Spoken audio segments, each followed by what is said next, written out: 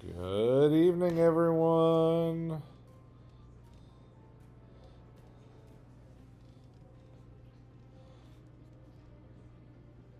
We'll get started in just a minute. Got a lot of weather to talk about tonight. We're going to get everything shared up on social. We'll probably get started here in just a minute or two.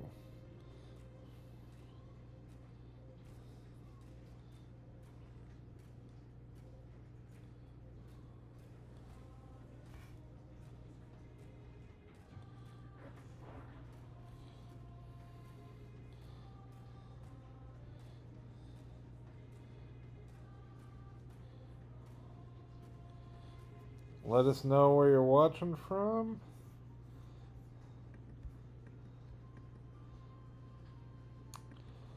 We'll get started here in just a second. Getting everything shared out on the old social medias.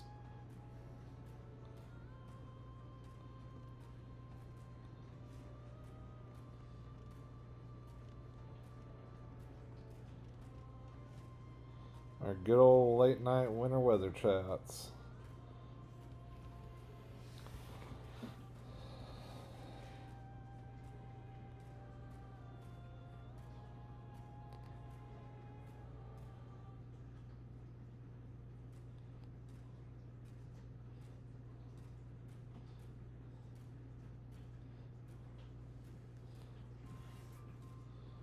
Let us know where you're watching from. We'll get started probably here in just a minute or so, folks. Thank you all for stopping in. Be sure to like and share. That way we got plenty of people to know what's going to be happening with the weather. That share button and the like button is great on both Facebook and YouTube. We are live on both. We're going to kick this thing off here in just a second. So stand by, everybody. Let me know where you're watching from so I can tailor that snow forecast just for you and be ready to tell you how much I'm expecting in your backyard, because that's what everybody wants to know when it comes to snow forecasting is how much am I getting in my backyard? And I'm going to try to answer that. It's an old joke in the meteorologist community. Everybody hates the how much in my backyard question, but that's what people want to know. And if I think it's a people pleaser, so I'm going to try to answer those questions for you. All right, welcome in. Meteorologist Shane Smith here with you. It is Monday, February 17th, just before 10 o'clock. I see my clock, speaking of the old clock. All right, so, just lost the stream a little bit. Let's see if it's back up and running. Lost Facebook. All right, now it's back. Okay, little technical issues. Blame the old internet connection. Windstream, give me some fiber out here. Okay, so a lot of folks still cleaning up today after the horrific flooding across eastern Kentucky, central Kentucky, western Kentucky. I pulled up the map with all the active flood warnings on it, and we still have tons of flood warnings, including down in Williamsburg, where Diane Strunk is watching from. Thanks for tuning in, Diane. The river down there, the old Cumberland, is going to be cresting soon. We'll talk about that. The Kentucky River still running very, very high. The Tug Fork and the Leviza Fork of the Big Sandy running high. The Green River is running incredibly high. So we're going to take a look at some of those, and then we'll get into the snow. Let's start off first. Kentucky River at Ravenna. We are almost at crest. It has climbed up to 36.77 feet. So not quite the record, but still a major flood. And it's looking to stay in major flood stage all the way into, it looks like, probably about, let me see if I can pull that up there.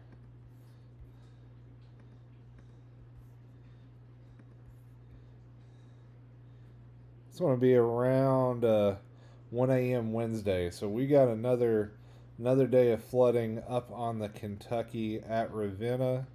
We'll check out some of the other spots where the river is running fine.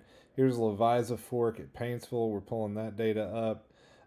Still in a moderate flood stage there, but it is forecast to drop rapidly over the next few hours.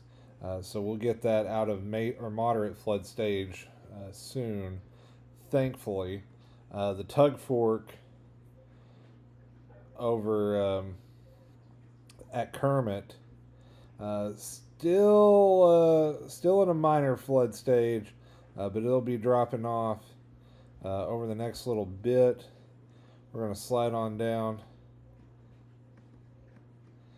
Take a look at the Cumberland down at Williamsburg, just barely under major flood stage, and it looks like the mighty Cumberland has crested or will crest shortly in Williamsburg and pretty much fall throughout the day on your Tuesday.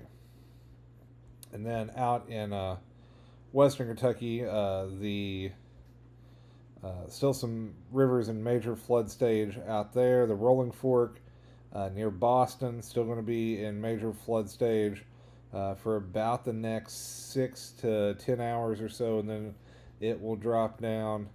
And the Green River continues to be running incredibly high just to the west of Bowling Green over at Woodbury Upper. It looks like if it's not crested, it will crest shortly, but it is going to run high most of the day tomorrow. So our rivers continuing to run high as we wait for our next weather maker to roll on into the Bluegrass. And it is still well off to our west, but it's going to move quickly. And you can already see snow breaking out ahead of it. A band of snow taking shape from St. Louis back towards Topeka through northern portions of Missouri and Kansas. And this is the system that is going to move into the Bluegrass tomorrow, or at least the leading edge of it. That'll bring some quick snow tomorrow morning. I-64 and points north could cause a few slick spots. South of I-64, I think we're dry tomorrow morning. So, Abby, I am fully expecting Laurel County to have school tomorrow. We will see in the morning unless there's some black ice that develops. But I think a lot of southern Kentucky schools, besides schools recovering from flooding, should be back in session tomorrow. But northern Kentucky, you may have a few spots get a surprise snow day or at least some delays from a sneaky snow tonight and tomorrow morning. Now, everyone, I think, gets in on the snow tomorrow night. We have winter storm warnings out now in all the counties highlighted in pink. Winter weather advisories in the purple. The blue is a winter storm watch over in West Virginia and part of the panhandle of Virginia. But yeah, a winter storm is coming, and that means, at least in the state of Kentucky, the National Weather Service is expecting at least 4 inches of snow in all the counties in the pink. And in the purple, a 1 to 3 inch range is a good bet. We will see how it all plays out. But I am very confident that most of the state is going to have snow on the ground by Wednesday morning. So how does it all play out? Let's go to the models, take a look at all. We're going to take a look at the NAM high-res model, map it all out for you. Here comes that sneaky snow early tomorrow morning. Like I said, mainly north of Interstate 64. Going to be very light in nature. Could cause a few closings or delays from Cincinnati down to Lexington points west. The models are trying to dissipate that before it goes east. We'll have to wait and see how that plays out. Another little band through lunchtime, central and northern Kentucky. The main event breaks out tomorrow evening, and I think it's going to be probably after about 4 or 5 o'clock for a lot of folks in central Kentucky. Notice the heaviest down at Paducah, 5 o'clock Central Time tomorrow. Let me get that back where it was. Ride this into the future a little bit. Here we are, 10 o'clock East Coast time, 9 o'clock Central Time. The heaviest of the snow extending from just south of E-Town, just north of the old Cumberland Parkway, back towards Paducah. That snow will push eastward. Lexington, about 11 o'clock tomorrow, it should start coming down earnestly. Somerset, 1 o'clock in the morning for you, same story from London or just shortly thereafter. By 3, 4 o'clock in the morning, most of the states seeing heavy snow. 5 o'clock Wednesday morning, heavy snow in the Cumberland Valley and along the Virginia border. That continues all the way through lunchtime. By 10 a.m. west of I-65, you're seeing a break from the snow. The heaviest of snow east of 75. That continues into early afternoon. Then another little piece of energy dives in from the northwest Wednesday night into Thursday morning. That drops some additional light snow through eastern Kentucky and central Kentucky before Thursday morning. And I think by Thursday morning, we should wrap most of the snow up. So that is the timing of how everything plays out. Now the question is, how much snow? That's what everybody wants to know. Here is the latest run of the high-resolution North American mesoscale model. This is a pretty good model as far as short-term forecasting, and it's going much more aggressive than it was earlier. Paducah, around 10 inches. But notice that sharp cutoff with Bowling Green and Somerset at 2.5 inches. I don't think the cutoff is going to be that sharp as it is depicting. Not in this kind of a setup. And why the NAM is doing that is because the NAM has a bad bias to overdo warm air advection. And I'm just not seeing it in this type of a setup. So that is the new NAM. Let's take a look at some of the other models. We've got a whole smorgasbord of models to look at. Oh, you guys don't want to look at a skew-T diagram. All right, here we go. European model. You guys know this is my favorite model for just overall forecasting. Showing 7 inches for Paducah, 4.5 in Bowling Green, about 5 inches right in Somerset, about 6 inches from Hazard over to Pikeville. Notice how it's got a little bit of a gap in that heavy snow band. A lot of the modeling has been picking up on that as the storm weakens a little bit, coming out of the trough, and then it starts to pick back up as it hits the Appalachian Mountains with that northwest flow event Wednesday night into Thursday. We'll have to see how that plays out. I don't think there's going to be like a huge gap in snow totals. It may be a couple folks get 3-4 inches instead of 5 to 7 inches from Bowling Green to Somerset. I still think most of that area is going to pick up 3 or 4 inches of snow, even if there is a bit of a gap there. But that is why you've seen some forecasts showing a little bit of a gap there, and that's because they're favoring the old European model very, very heavily. Taking a look at some of the other modeling. Let me see if I can get the old GFS pulled up. I apologize. The internet is struggling a little bit tonight. Here we go. GFS model. It's probably been the most aggressive of the models as far as overall total snow. So it's kind of on the higher end of how much snow we'll see. It's showing 8 inches Paducah, 7.5 Bowling Green, 6 inches Somerset, London, Hazard, 7.5 inches Pikeville, Lexington with 5.5, Louisville right around 4 inches, Covington 2 to 3 inches. So definitely the heaviest of the snow you'll notice showing south of Interstate 64. That has been consistent between most of the modeling today. The Icon model, very similar to the GFS. That's the German forecast model. It's taken all the way up to almost 10 inches over in Cape Girardeau, Missouri. That's interesting to note. Folks in Missouri are going to get flat hammered from this.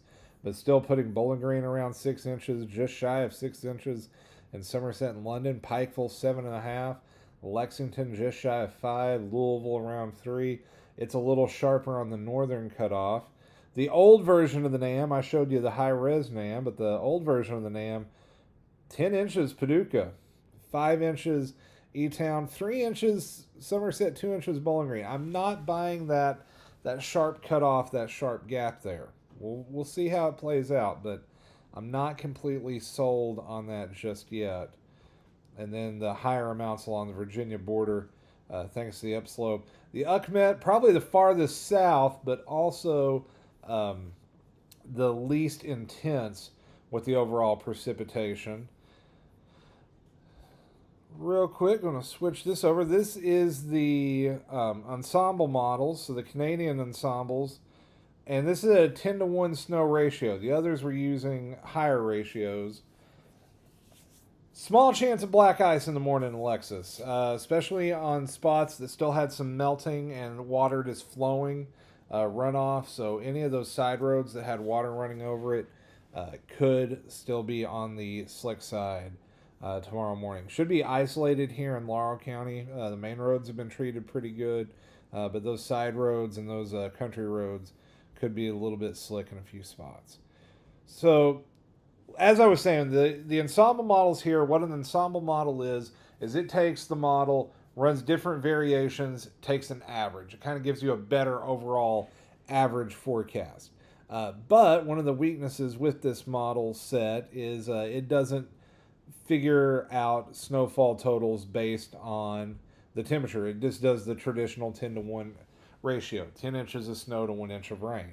So this is likely overdone because we are going to be going at snow ratios 13 to 15 to 1. So this is likely overdone on the Canadian model, the European model, the GFS model, the MOGREFs, and the short range ensemble. What I'm looking for here, though, more than the totals, is just the placement. And notice all of them pretty consistently showing the heaviest of the snow south of I-64. So no matter what model you're looking at, maybe the exception of NAM, it's been the farthest north. We're seeing that heavy snow band setting up somewhere just south of Interstate 64. So as I was taking all the data in the night and figuring out, okay, what is Shane Smith's forecast going to be? I looked at my forecast this morning and I said, I'm going to let it ride. Made a little bit of a tweak this morning. From you guys that watched last night, you know that band of 4 to 7 was a little bit further north. After looking at the morning data, I brought that band of 4 to 7 down. I feel pretty good about this overall. Brandy, to answer your question, how many inches of snow in Harlan County? That's going to be very location dependent. If you're in the low country in Harlan, especially around the city of Harlan or over on the Bell County side of Harlan County, probably 2 to 4 inches. Higher elevations of Harlan County, especially in the mountains above Cumberland, Benham, and Lynch, 3 to 6 inches. So this is my forecast. That is what you're seeing right now, Ethel. This is the forecast I put together. I hand drew this map. This is my stab at the forecast. This is not a model. This is Shane Smith looking at all the data, processing everything I see, taking what I know about snowstorms in Kentucky and putting it into a graphical forecast. So northern Kentucky, I think it's pretty cut and dry for you guys. 2 to 4 inches. That'll also carry over along the Ohio River. I know I've got some friends over in southern Indiana just across the river up near Vivi. Y'all are probably in for about 2 to 4 inches. Louisville Metro, I know I've got friends in Louisville. Lexington, Moorhead, 3 to 6 inches. There may be a few spots that go a little higher than that, but I feel pretty confident. North of I-64, 3 to 6 inches. Or right around I-64, I should say. Right around I-64. South of I-64 is where I think the heaviest band of snow is going to be. Between I-64 and the old Highway 80, the Cumberland Parkway, Western Kentucky Parkways, 4 to 7 inches. So from Owensboro to E-Town to Danville, Richmond, Mount Vernon, Jackson, Beattyville, Boonville, Pikeville, Salyersville, you're in on this. Prestonsburg, Paintsville, you're in on this. 4 to 7 inches. You'll notice some other forecasts have kind of cut that down in the middle between like E-Town and Jackson. You all will probably be on the low end of that. 3 to 4 inches is a good bet from like E-Town to Jackson. But I'm going to hold the forecast there at 4 to 7 just because I think the models may be overdoing how much that storm's going to weaken. We're going to wait and see. If there's one area where the forecast could go a little bit sideways, it's there between E-Town and we'll say Beattyville and Boonville. So like pretty much right where the 4 to 7 text is. That's the one spot that if I was to make any kind of a tweak to the forecast, I'd probably cut that down to like 3 to 6 in that zone. But I still think most people in that zone are going to be close to 4 inches. London, Hazard, Bowling Green, Whitesburg, back over to Paducah. I've got y'all in 3 to 6 inches. Down along the Tennessee border, 2 to 4 inches. I see this playing out with that heavy band being just off to your north. That's where the heaviest of the totals will be. Obviously, higher elevations. Black Mountain's probably going to be closer to 4 to 7. Pine Mountain, Little Shepherd's Trail, going to be 3 to 6, 4 to 7, somewhere in that range. So it is going to be a just cold and snowy day on Wednesday. Once again, most of this snow falls Tuesday night into Wednesday morning. And for Eastern Kentucky, this is going to be like Wednesday mornings when it's really going to kick up in earnest after 10, 11 o'clock at night.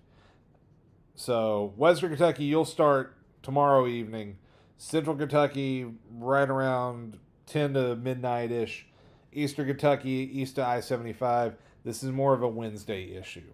And then we may see that little extra push of energy Wednesday evening in Eastern Kentucky to up the totals up there. So a really dynamic system. Let's talk impacts. Wind is not going to be terrible with this, but there could be some isolated power outages just because the ground is super saturated. It wouldn't take much wind to knock trees over right now.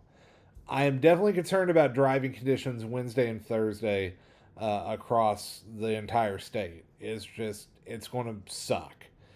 Also, you add into the fact you've got people displaced right now because of the flooding, people trying to clean up businesses. It's making a bad situation worse. I'm hoping that because this is pretty well advertised, a lot of the media outlets, a lot of forecasters, the National Weather Service are talking about this. People are already paying attention to the weather because of the flooding. We'll have plenty of warming shelters, especially in Eastern Kentucky, Hazard and Pikeville, for people that need it. It's just a bad situation that's going to be worse because of the snow. It's going to slow cleanup down. It's going to make life difficult for folks that are trying to pick up the pieces right now. So be very mindful of that. If you got a way you can help the folks affected by the flooding, please do so. Now then, there's one other component to this that I wanted to talk about before we kind of open the floor up for questions. And that's temperatures. So let me kind of show you how everything plays out with the thermometers for the rest of the week. So we go into tomorrow morning. Most of us wake up low 20s. Northern Kentucky, you're lower teens. So about a 10-degree difference from the top of the state to the bottom of the state. We warm up to around the low 30s in Southern Kentucky, low 20s in Northern Kentucky. Then the cold just blasts in. We're talking highs on Wednesday, mid to low 20s. Lows Thursday morning, teens in single digits. Wind chills could be close to 0. Highs on Thursday, low 20s. Thursday morning, or Thursday night into Friday morning, single digits below 0 wind chills. Friday afternoon, we finally crack freezing in some spots, but another cold night with lows in the teens. And then I think most of the area finally goes above freezing on Saturday. So once this sets in, all this snow that's going to fall, it's sticking around for a couple days. We'll probably melt a lot of it off by the weekend, but I am fully anticipating snow days for most of the state Wednesday, Thursday, and Friday. So that is kind of where we're at. What questions do you have? If you're just joining us, I'm meteorologist Shane Smith. I'm based out of London, Kentucky. We're talking about the winter storm that's going to move in tomorrow. There's a little light snow in northern Kentucky for tomorrow morning. The bulk of the action moves into the Bluegrass Tuesday night. Here's kind of how it plays out on the radar. This is tomorrow morning, 11 a.m. East, 10 Central. Light snow in northern Kentucky. Paducah, you start seeing decent snow, 3, 4 o'clock. E-Town, 4 or 5 o'clock. Lexington, 6 o'clock. Bowling Green, probably 6 or 7. And then it just pushes eastward through the overnight. Western Kentucky, you're done by lunchtime on Wednesday. And then we get that second little impulse diving down Wednesday night into Thursday morning to kick the snow machine up again, especially in eastern Kentucky. So this snow forecast includes tomorrow morning, includes tomorrow night, all day Wednesday through Thursday morning. So this is going to be a prolonged event. All this will not fall in one quick burst. This is going to be dragged out over like a day and a half. So know somebody's going to get on here tomorrow night and be like, we haven't got anything yet. You didn't pay attention to the forecast. Eastern Kentucky, you ain't going to see anything till Wednesday morning. Western Kentucky, you get a little bit tomorrow night. Northern Kentucky, you may get a little surprise sneaky snow tomorrow morning. Questions, comments, concerns?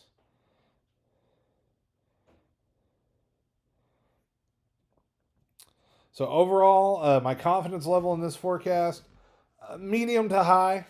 Once again, the only area I'm really questioning is I need to get like a telestrator plug in. But that area right around, say, Danville over to like Beattyville, that 4 to 7, that might that's going to probably be on the low side of that 4 to 7. That's the only spot that I think if there's going to be a hiccup in that forecast, it's right there. Otherwise, I feel really, really good about this. I might even be a little bit under in some spots. There is totally the potential I underdo this, especially at Paducah. May need to bring that purple and pink down a little bit more towards view. That could be another area that gets a little underdone. But we shall see. We'll leave the floor open for questions, and if there's not, we'll wrap this up at about 5 minutes at 10:20 Eastern, 9:20 Central.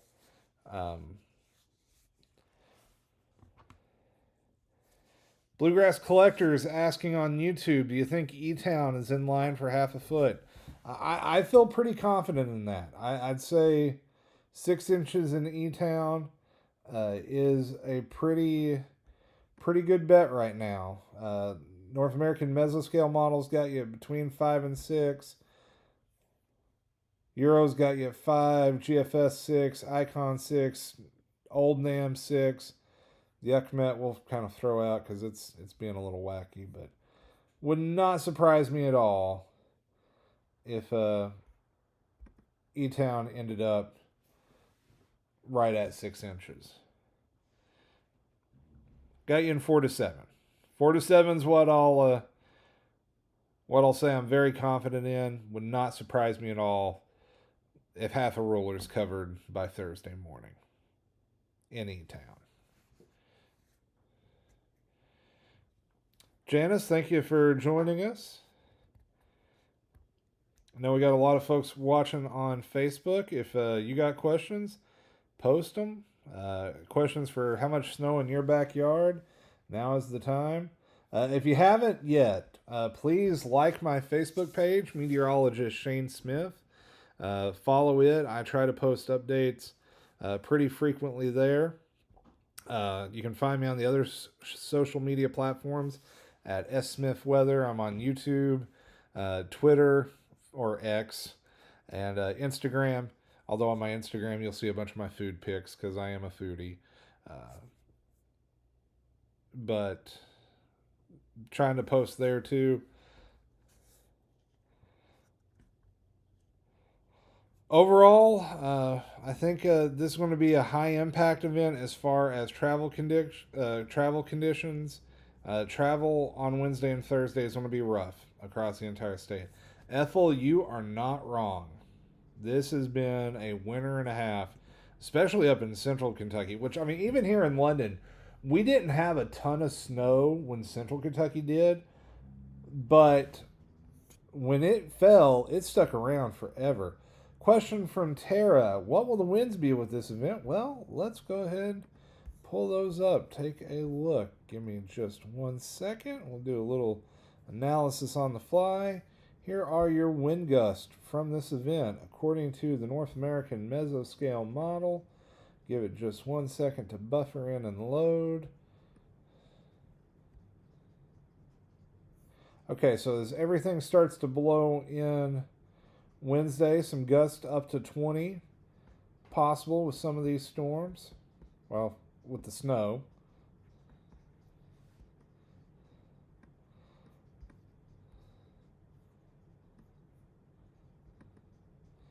So some 20 to 30 mile per hour gusts, definitely possible.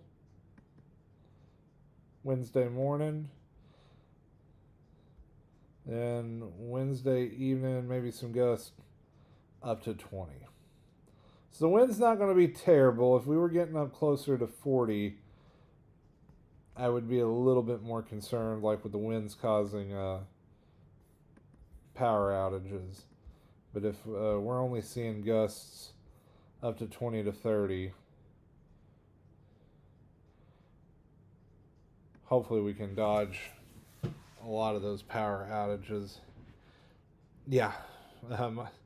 Between the snow and the rain, it has been a hard winter. And once again, keep the folks in Eastern Kentucky and everyone across the state that's been impacted by the flooding. Eastern Kentucky is heavy on my heart. You guys know, a lot of y'all know I was chief meteorologist for 3 years out at WYMT, and I've done fill-in for them ever since then. Eastern Kentucky is home to a good chunk of my family, specifically Hazard and Perry County. So they're heavy on my heart tonight. A lot of folks lost a lot of stuff, and unfortunately 12 people so far have lost their lives from this flooding. So definitely it's been a hard winter, and it doesn't show any signs of letting up soon.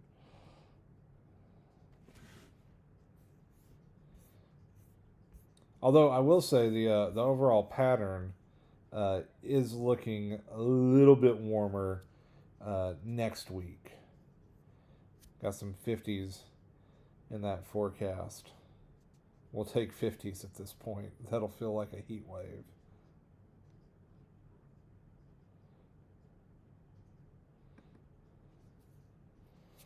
Last call for snow questions or forecast questions. Anything y'all want to talk about?